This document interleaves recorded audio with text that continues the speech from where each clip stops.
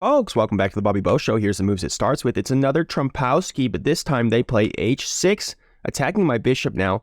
But after I take the knight, they take back with the pawn, and the e-file in front of their king is now open, and I play e4, taking full control of the center here.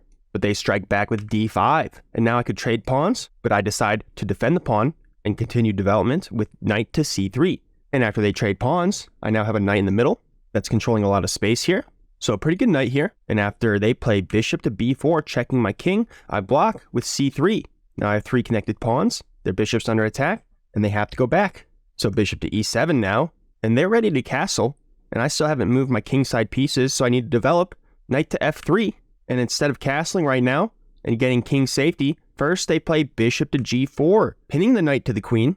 But I can play h3, and this attacks the bishop. And when I castle later, I can't get back rank checkmated somehow. So just thinking about the future here, and they have to respond to this by either taking the knight or going back.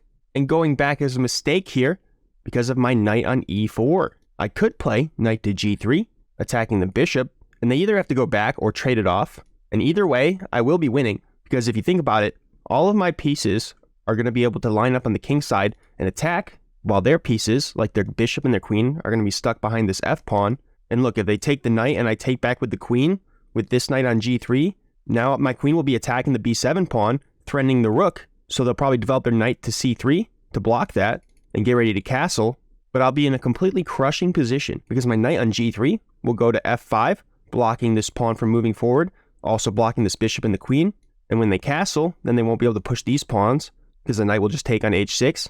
So if I can get my knight to f5, it'll be completely winning because they won't be able to bring their pieces over to the king side, and this knight won't be able to come over, and it'll take them more moves to defend than it will take me to attack.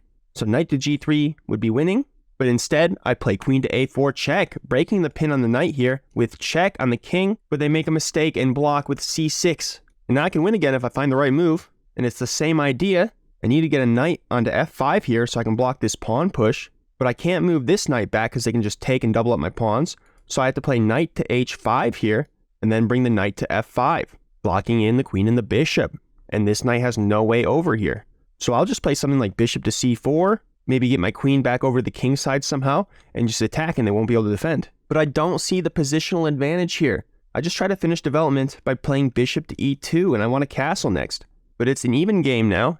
But after queen to d5, trying to make their queen more useful because it's currently blocked in, but now it's in the middle of the board. It's pretty vulnerable, but it's attacking my knight right now. My knight's not defended. So I have to deal with that first and move my knight, but they should really be castling, finishing development before they bring their queen out. But now I play the best move, knight to g3, attacking the bishop, which is currently defended by the queen. But look at the 5th rank here. I attack every square on the 5th rank, except for the square that the queen is on, d5. Queen's the only thing defending the bishop right now. So if I could get this queen to move, then I could take the bishop. And they realize that, so they move the bishop back to g6. But now I'm looking at bishop to c4 here.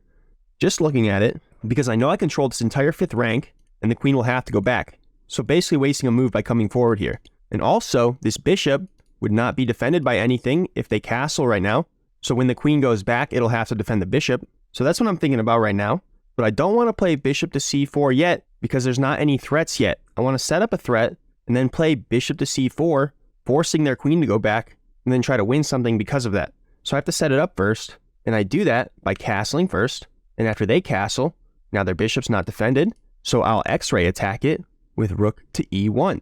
And I really should have brought the other rook over because it's not doing anything on the a file, and this rook might be more useful on the f file later, but this is still fine, does the same thing, because they walk right into what I'm planning with rook to e8. And there's nothing defending this rook right now, and I'm about to open up the file for my rook here, attacking the bishop. So I play bishop to c4, and it's not the best move. The right move is actually knight to h4 here, hitting the bishop, but their queen's under attack, the bishop's under attack. I control the entire 5th rank, so the queen has to go back, right? No, they could actually just play b5 here and force the queen trade, and that would probably be an even game, maybe slightly winning for me.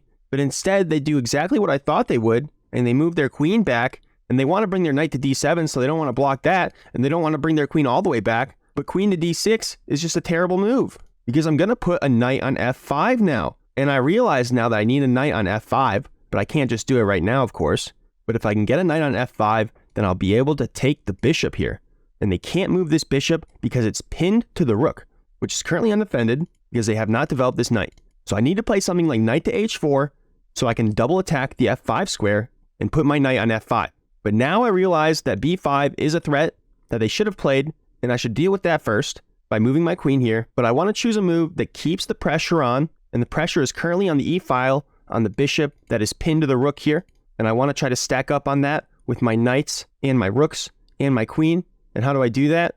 The great move, queen to d1. Bring the queen back to the first rank here so the queen can come to the e-file, or even just slide over the king side here. But queen to d1, a great move, and after b5 now attacking the bishop, I can bring the bishop back to b3, keeping it on the diagonal, pinning the pawn to the king here, which is not defending the bishop. And after knight to d7, connecting their rooks, breaking the pin here, they might think they're okay, but it's game over because I see the tactic now. Knight to h4, hitting the bishop here, not defended by the pawn because of the pin. And the reason I see it now is because it's a tactic instead of a positional idea. And if it were my turn right now, I could just take this bishop or even just knight to f5, hitting the queen and the bishop, and I'm going to win a piece no matter what they do, even if they play the best moves. But it gets even worse for them after king to h7, trying to defend the bishop with the king now, breaking the pin on the pawn. But it's no good, because after we trade pieces, I have several ways to win the game now. But I choose to play rook to e6, bringing the rook up to attack the queen, because the f-pawn no longer blocks the square here, and now I can just stack it up on the e-file. Completely winning now after queen to c7, moving the queen back to safety, and removing it from the defense of the bishop.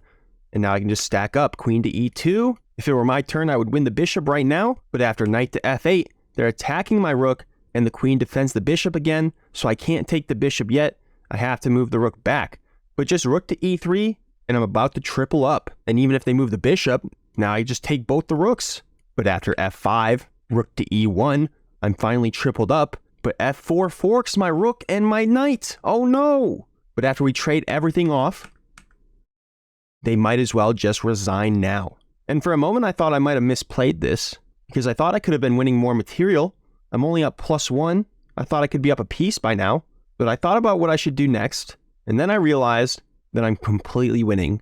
So try to think about what I should do next and how they should respond, because I need to attack their pawns here with something like rook to c7, but it's their turn, and if they played rook to c8 to defend the pawn, then I could take the a-pawn. So they can't move this rook yet, so they play a5, pushing the pawn so they can bring the rook to a6, but after rook to c7 and rook to a6, they didn't see what I was actually going for here, and there was no way to stop it anyway, because this bishop is on such a good diagonal right now, and this king is blocked in by these pawns here. So try to look for the tactic, and that's rook to c8, attacking the knight, which is not defended. The king cannot come to the defense here. The rook can't help, so they're going to lose this knight, right? Hopefully you see it. But now a3, attacking my bishop, but just bishop to f7, and the knight is gone. But first they play a3, and I could take here, but I just played b3 so their rook doesn't get any action here, and it doesn't matter anyway.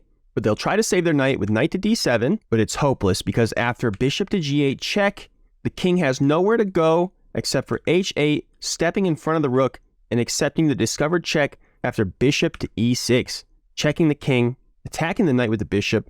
King has to go to h7, and now I just take their knight.